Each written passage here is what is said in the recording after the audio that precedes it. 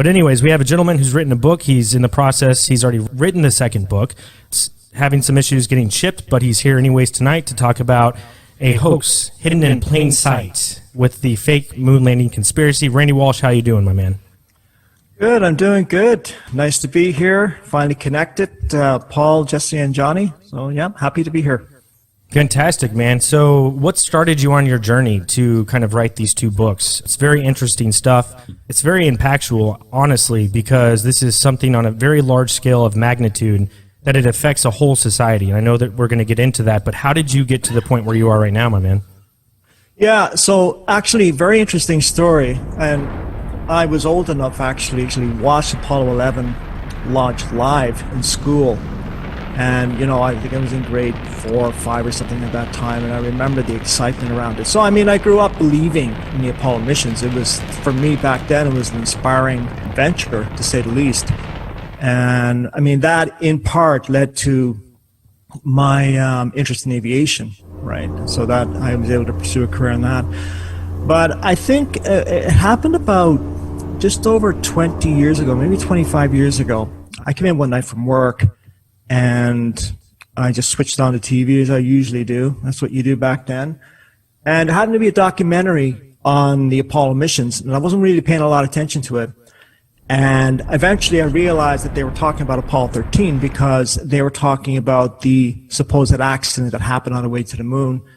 And they were talking about the slingshot effect around the backside of the moon. And for those that don't know what that is, that's gravity assist. So they, of course, had an explosion, the service module on the way there, and they had to use the moon's gravity to swing behind the moon and then get them back to Earth. So Jim Lovell, the commander, was talking in the documentary about that experience. And when they came out from the dark side of the moon, and for those of you who know Dark Side of the Moon, back then in the 1970s, that was a famous Pink Floyd album, right? Yeah, great album. So, yeah. Anyway, he was talking about firing the engine and the importance of keeping the Earth within a grid pattern on the window, the lunar module window. And I remember him specifically saying that. And in the way he was talking, in the context, he was saying, well, you know, I was telling, make sure when I fire the engine, you have the moon within the grid pattern of the Earth. Because remember, they had all kinds of system failures from the explosion on the service module. And I remember my first thought was, that's a very precarious way of navigating 240,000 miles away from the Earth. If you're off by 0.01%, you're going to be thousands of miles off course. And I remember thinking, how would they have the propellant to correct for that? So there was all kinds of things that were starting to sort of resonate with me in terms of that statement that he had made. And, you know, and I didn't give it much thought, but I remember it lingered with me for a while. And I think it was a few years later when I sort of delved back into it. And of course, with the onset back then in the early 2000s, when the internet really took off, and YouTube videos were coming out, and there was a lot of videos and literature coming out about the Apollo moon hoax, as well as a lot of other stuff. But now, you know, a lot more people had access to this information. I got back into it and looked into it, and I never forgot Jim Lovell's comment about keeping the Earth within a grid pattern. Now, think about this for a second. We're talking a distance of 240,000 miles away from Earth, and you're using visual cues to keep the Earth within a grid pattern.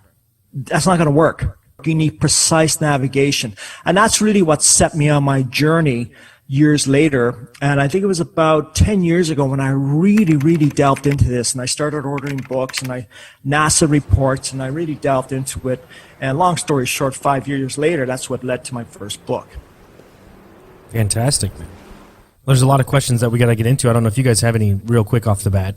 Oh, one thing that comes to my mind, I've never thought about the Apollo 13 being a conspiracy theory, so that's what you're talking about directly. Because I've always talked about the actual moon landing experience, but you're even talking about whenever they had all the system failures and didn't get to land on the moon. We've all seen the Tom Hanks movie too.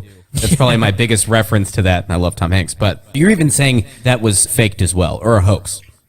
Yeah, and there's different theories around Apollo 13. I mean, if you just stand back and look at it from a commonsensical point of view, If you have an explosion in space, that's a very serious situation. And they had, I think it was an oxygen tank explosion on the service module in Apollo 13 on the way to the moon. And from all the research that I've done so far, I realized that this actually was not planned. This was sort of an afterthought after they had supposedly lost Apollo 13. There's some evidence now that Apollo 13 was supposed to land at a certain area. It was Fra Mauro, which is the area on the moon it was supposed to land. But that they had got their calculations wrong. And if they had carried on with the plan, according to, and this is in the context of the official version. I know now it's fiction, but just in the context of the official version, they would have landed on the dark side of the Terminator, which is, between sunlight and dark. And they could not have done that. All the missions supposedly landed in the sunlight. They didn't have lighting capabilities to be landing in the dark. And that would have been insane to even try that if these missions were even attempted. And I wrote about this in the first book, that they were on the way there, realized, they screwed up, because it wouldn't take long for, even back then, for some whiz, sitting in his classroom with some high IQ would figure out, wait a minute, I did the calculations and you're landing in the dark side. That's impossible. So there's a theory that they came up with the explosion of Apollo 13 to throw that off, get rid of that possible scenario, and that avoided them having to, again, within the official narrative, land on the dark side of the moon. And so they proceeded from there. So then it became a whole sort of, dramatic movie in and of itself, and the whole world was paying attention. Now, the other theory is that by the time they lost Apollo 13, people's interest was waning. And they come up with that idea to sort of get people's interest back. Because remember back then, I remember that moment when, the whole world was watching, to see if the Apollo 13 crew were going to get back safely. For those of you that out there, the viewers are watching, Harold Cosell, who was narrating at that time a football game, he interrupted the football game to talk about Apollo 13 coming back, and the whole world is with you, please pray for them, and so on and so forth. So it became a very, how shall I say, all-consuming story for the world, and it held on. It held the world's grip for quite a few weeks, at least after that. So that's another theory. So there are a few theories floating around out there. As it turns out, if these missions hadn't really happened, they might have actually landed on the sunlight side of the Terminator. But even then, that would have been precarious, because that wasn't practiced for. You think about what goes into preparing for something like this, and the complexity involved, the amount of training.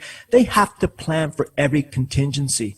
And throughout my own research, the sloppiness that was involved in this, just in the training aspect alone, says a lot. Too much to go into here right now.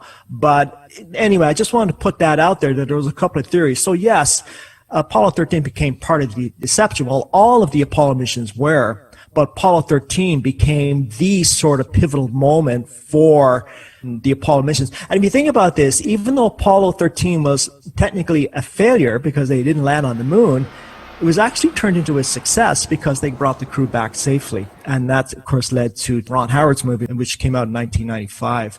So yeah, it is part of the deception. There's no doubt about that. And there's other aspects of that now that come into involving Apollo 13. And I want to add, and I don't focus a lot on numbers here. That's been written about.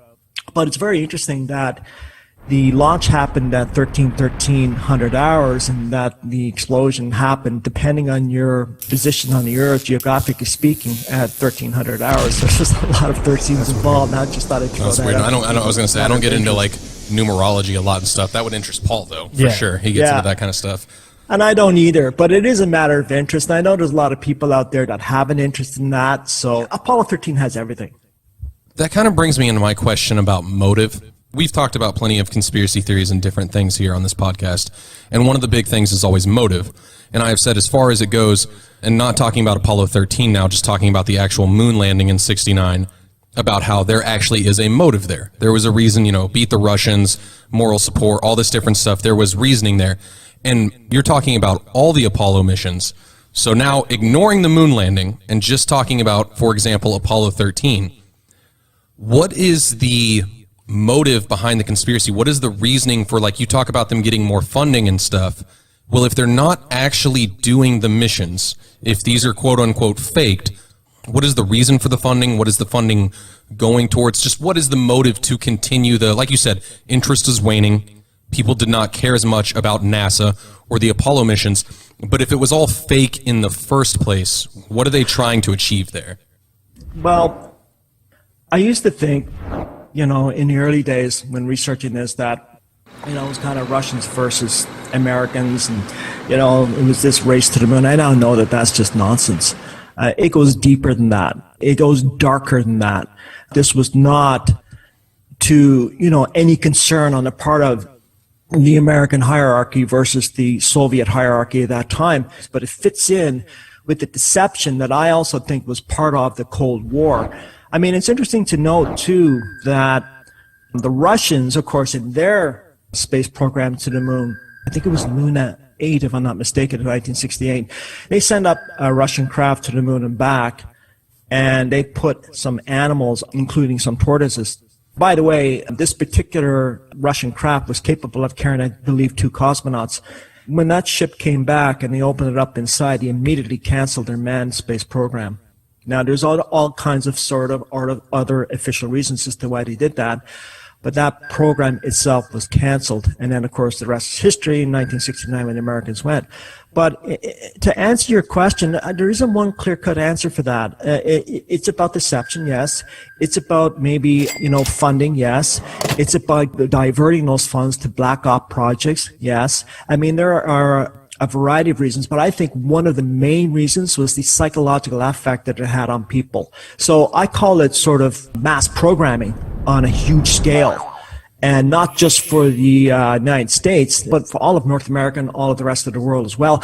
And I have to say, and I know this may sound a little bit far-fetched, but there's evidence now that the Russians were not only fully aware of it, they were in some ways complicit. So this goes very deep, goes very dark. And I think now, in the last year and a half, we're seeing just from things that have happened, circumstances that we're involved in right now, we're seeing how deep and dark this actually goes. So the Apollo moon missions on itself, it doesn't really hold up, but when you put it in with everything else, the JFK assassination, the Martin Luther King Jr. assassinations, the Apollo moon missions, 9/11, what's going on the last year and a half, you have to put it all together. And it's a lot to absorb. I mean, it really is a lot for the average person to absorb because it really conflicts with their preconceived notion of reality is. But I hope that that's some semblance of an answer, because this is a subject that can go on for hours. And when you talk about reality, that's the thing that hits me the most, because one of the first things that I learned in kindergarten is just that we went to space and it's just instant programming. At least for me, when I look back at my preconceived reality in that time, like those are the things that you learn. And then as you get older, you figure out that, hey, we went to the moon, and you're like, well, how did we do it? That's insane. And for me, and you said it in Randy, whenever you were talking, is like a financial aspect. What is it, like $60 million or $6 million per day that NASA receives in tax money? It's something crazy, the amount of money that they get per day. So to me, that's a motive right there in itself. Yeah, so I mean, especially if you're able to filter that into other things that the public would not approve. Right. Like you said, maybe just like programs we don't even know about. You know what I'm saying? I guess my original question is, in the first place, what's the motive to even say that we went to the moon? At night, you see the moon, and you see it every single night, and so has everyone who's lived on this earth. And of course, why would we not want to go there? You see, the thing to remember is, and of course, a lot of the NASA proponents will jump on that and defend it and say, well, it's this and this and this, but what they're actually doing is giving you some truths. They're taking a limited hangout. They're actually telling you, and they tell you, and if you look over the last several decades, they tell you in movies, they tell you in books that they actually faked the Apollo moon missions, but you really have to get into the details of this, and I mean the nitty-gritty details, in order to find this out. And then once in a while, you'll have an astronaut that comes along, and I'll find his name later. He actually, I believe, was one of the astronauts that went to the ISS, if I'm not mistaken, either the space shuttle or the ISS. And that was a very, very interesting statement that he made. And it will be able to launch the Orion capsule with humans on board, as well as landers or other components to destinations beyond Earth orbit. Right now, we only can fly in Earth orbit. That's the farthest that we can go. And this new system that we're building is going to allow us to go beyond and hopefully take humans into the solar system to explore. So the moon, Mars, asteroids, there's a lot of destinations that we could go to, and we're building these building block components in order to allow us to do that eventually. And I think that's NASA's way of indirectly saying, hey, wink, wink, we didn't go, but we fooled you. And it's very difficult to convince people they've been fooled. And we see that abundantly up until the last year or so, because that's actually starting to change. People's perceptions are starting to change. But for an astronaut to make a statement like that, first of all, you'd have to have permission. You can't just make a statement like that without permission. NASA controls every aspect of this, right? And we've seen that with the behavior of the Apollo astronauts. I mean, you had Neil Armstrong, who was the first man to walk on the supposed lunar surface. And he all but went into seclusion for the last 50 years. He resigned his commission when he came back. He was a university professor. He barely gave any interviews. And when he did, he maybe came out once a year, maybe once every 2 years. And when he gave an interview, it was choreographed and scripted. He was very careful about what he said and when he said it. So you want a direct answer to your question. It's very difficult to say, but you have to go outside of that and then work your way in. Just look at the behavior, because it raises more questions. So when you ask that question, it leads to other questions. So it's a very interesting rabbit hole to go down. For instance, for me, like watching Joe Rogan kind of wouldn't, granted, I will say that Talk Junkies started podcasting before Joe Rogan, at least Jesse and I, News Radio 816, what? That was way We did, man. Jesse and I were doing podcasts a long time ago before Joe Rogan. He was super hard on the moon landing conspiracy. And for some reason, he had Neil deGrasse Tyson on. And once he had Neil deGrasse Tyson on, his views changed on the moon landing. And a lot of Joe's points were valid. A lot of information coming at you, like we lost the telemetry data in the first moon landings. They're gone. They don't exist anymore. The first time we ever went to the moon, you can't find any of that data for some reason. And like Joe Rogan spoke a lot of different points that were very interesting and intriguing. Neil deGrasse Tyson comes on, and now Joe Rogan's like, yeah, we went to the moon. I'm an idiot for even ever suggesting that we never went to the moon. So, I mean, that kind of plays into the question as well. I mean, you have influencers like Joe Rogan, who has 10 million followers on his podcast. Yeah. They're not going to allow him to say, hey, it was all fake. Like Neil deGrasse Tyson, and say, yeah, this is legit. This is how it happened. You can't question science. We went there. You know what I'm saying? Yeah, first of all, I don't take Neil deGrasse Tyson seriously at all. He's what I call a celebrity scientist. Yep. They write books, and there's nothing wrong writing books. I wrote two, not really criticize him for that, but he writes books and sensationalizes it, and he comes up with catchphrases on his book, learn this in 15 minutes. And to me, it's just the mainstream media celebrity scientist type, right? He's there, his function is to put that deception forward and to keep people within that way of thinking, that deception. Now, as for Joe Rogan, I saw him on a debate with another scientist who's pro-NASA, and his name escapes me right now. Joe Rogan demolished him. Yep. He came out with all these points, one right after the other. Joe Rogan doesn't have much of a scientific background, but he has intelligence. He's smart. He has the ability to connect the dots. And he did just that. And he demolished this scientist, and he had nothing at all to come back with. There may be a variety of reasons why Joe Rogan had changed. I don't know. Maybe it's because he has a lot of light on him right now, and he has 10 million viewers. And let's face it, the YouTube format, if I can say this, it's a controlled forum. Oh, for sure. You're just, not going to get anywhere at YouTube unless YouTube allows you to. And maybe it could be argued in a sense that Joe Rogan sold out. I don't know. And I agree. Let's get into just your opinion on the first time that we landed on the moon. And what are the discrepancies that you see, and do you write about it in your book about just the obvious things that are just blatant to the naked eye that people can refer to, or whatever type of evidence that you have? Basically, the premise of my first book was the Saturn V rocket itself. Why not start at the ground and work your way up, right? There's been a lot of discrepancies talked about the moon in terms of the photographic and film record.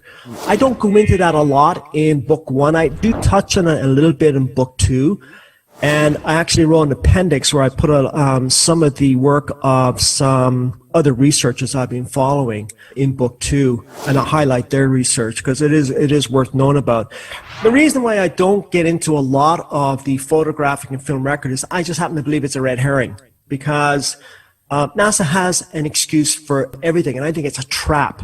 I stay away from that, because one of the things that we need to keep in mind with the Apollo missions is that it was a military control. It was a military project. Even though NASA is a civilian agency, all of the personnel, the upper echelons of power, the upper echelons of management, all of the astronauts, I think except one, were all military pilots. So they're under military rule. So they do what the military tells them to do. And the other thing to remember about the film record of the Apollo missions is that the military at that time, and probably still does today, had the biggest, the sort of largest film studios in the world, and he also had the most sophisticated and still classified to this very day photographic and film techniques. And we've all heard about Stanley Kubrick's possible involvement in the Apollo missions. I don't know if that's true or not. I do think that there were some technical experts very close to him that worked with him on his own films that may have been involved. I don't know for sure. Nobody does. Isn't it true, though, that they did have a backup plan? And I don't know if this is like public knowledge, that if they weren't able to actually go to the moon, they were able to actually do it on a set. Yeah, well, they actually built a replica of the Apollo landing moon set at Flagstaff, Arizona. It was like, I think it was something like 2 square miles. And they did all the practicing there. And in fact, the American Geological Survey actually filmed every aspect of that. I mean, they had that technology even back then to actually film this, and which they did, of course, obviously did, because we've seen the films. And they actually had replicas built of the sets. And just briefly, there's a researcher I talk about in book 2. His name is Scott Henderson here in Canada, not far from where I am. And he has proven through his research, and what he did was really amazing. He spent 10 years after retirement downloading NASA's entire photographic and film record. And he was able to determine that the last 3 missions that used the rover on the moon, he was able to determine that it was the same rover used 3 times. I mean, it's just remarkable the amount of things that he's been able to uncover. So he was able to determine that they were using the same rover, which is impossible because they never brought those rovers back, right? They supposedly left them there on the lunar surface. They couldn't bring them back, right? Another anomaly I'll briefly touch on with him, he has discovered that when he and researchers discover something that's an anomaly in a particular photo, NASA cleans it up in the record. And so when you go back, you don't find that anomaly anymore. So NASA's constantly updating its photographic record. So it makes it very difficult to research this and say, ha, I found this. And NASA comes back and says, oh, I don't know what you're talking about. We did, because here it is, right? So what I looked at in my book, in book 1, was the technology part of the Apollo mission, starting with the Saturn V rocket. So the Saturn V rocket, basically, for people that don't know, it is a 3-stage rocket, and it's 363 feet tall, and it weighed 3,000 tons, fully loaded with propellant. The first stage had the 5 powerful F1 engines, then the second stage had 5 J2 engines, less powerful, and then the third stage had 1 J2 engine.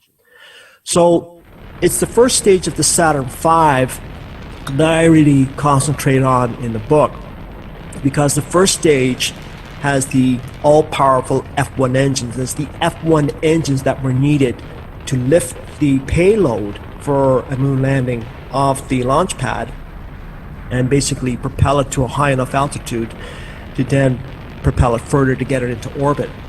So those F1 engines, the 5 of them, had to work perfectly. And there has been no liquid-fueled engine built before or after that is as powerful.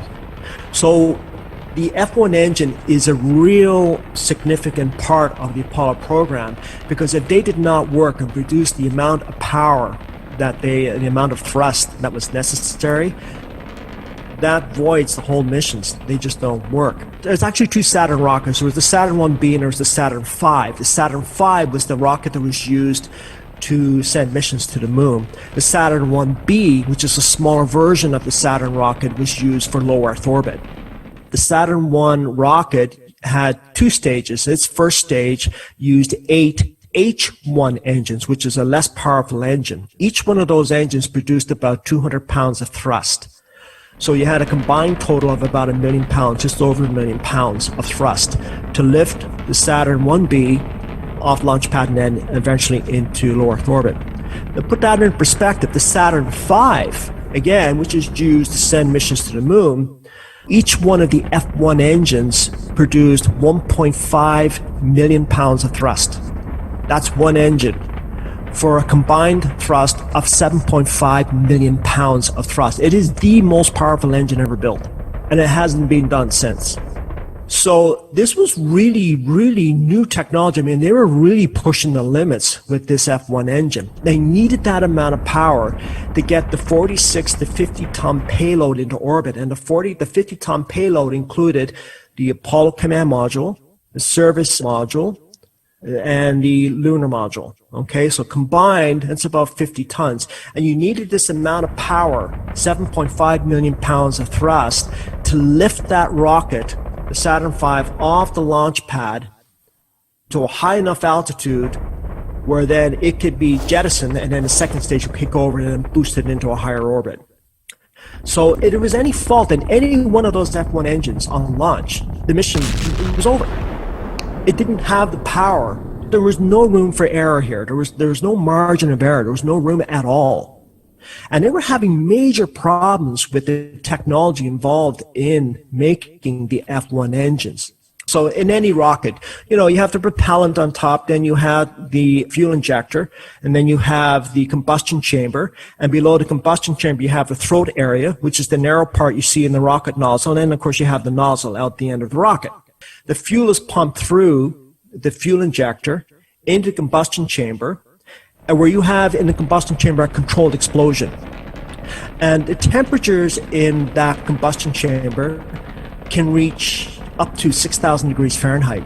So you have to find a way to cool that combustion chamber down while that controlled explosion is going on, because if you can't cool that down, you're going to have a distortion of the combustion chamber itself, and eventually that's going to lead to a massive explosion of the rocket engine, and you have a loss of the rocket and a crew.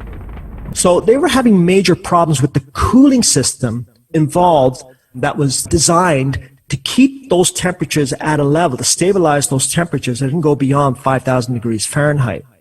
Now we're talking about less than half the surface of the sun here. I mean, we're talking very, very hot temperatures. So what they did is they came out with a method called regenerative cooling system.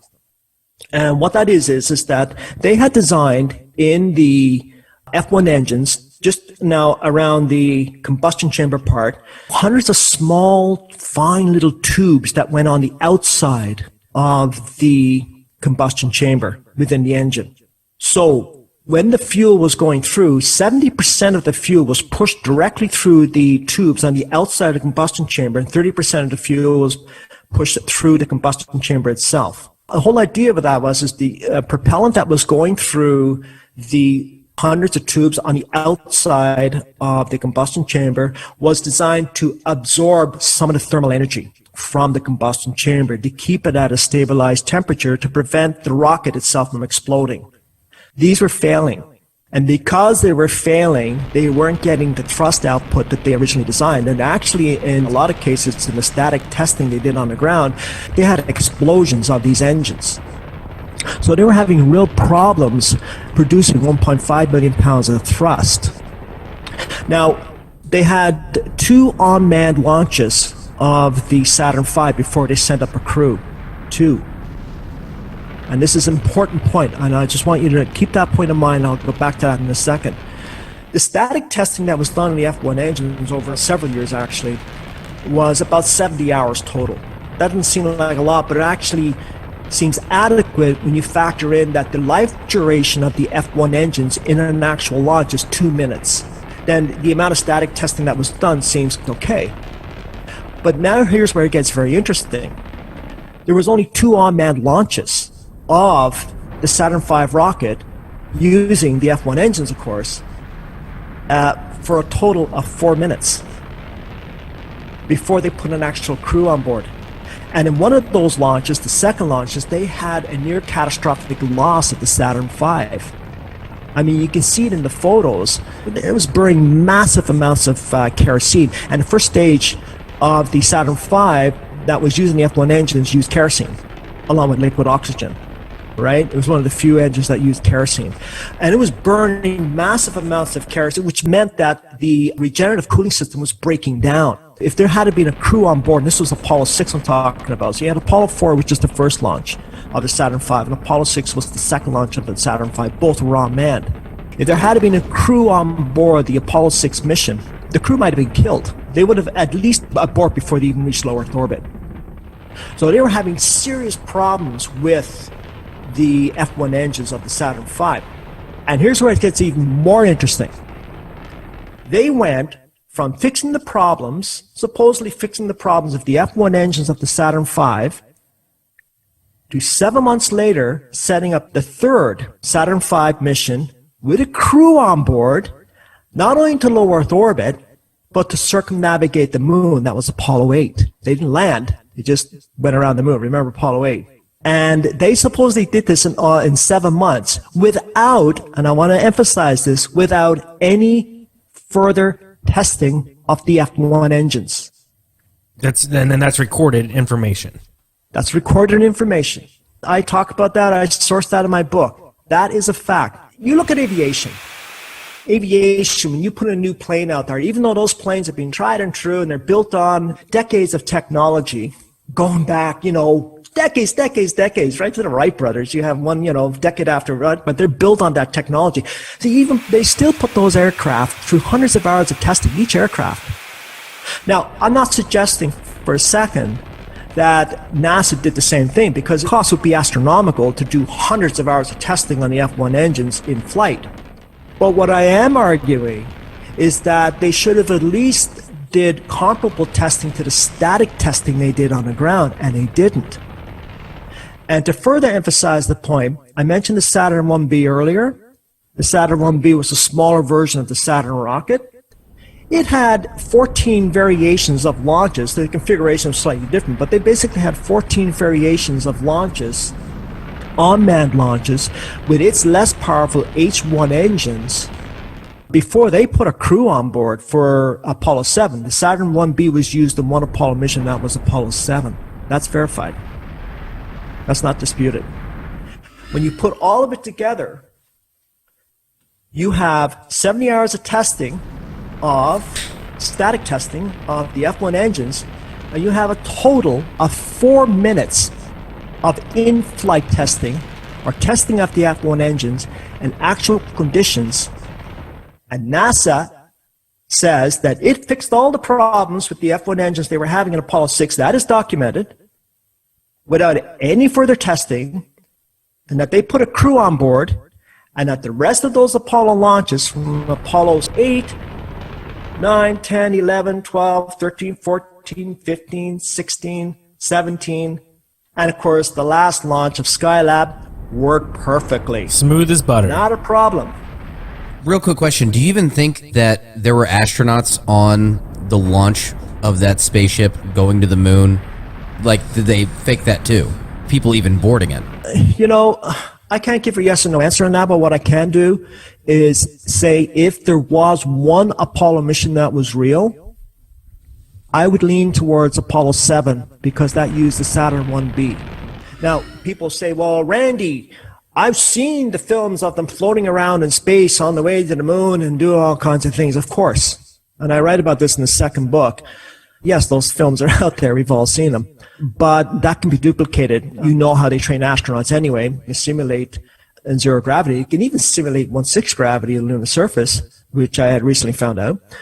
And I remember earlier I had mentioned that, but the only thing is they can only maintain that zero gravity in space for about 30 seconds, as far as I know. But I mentioned earlier that the military has had photographic film techniques that are still classified to this very day, and who knows what they were really capable of doing. So yes, I think most of the manned missions that we were seeing were faked. There were no humans that went beyond low Earth orbit. Of that, I am positive.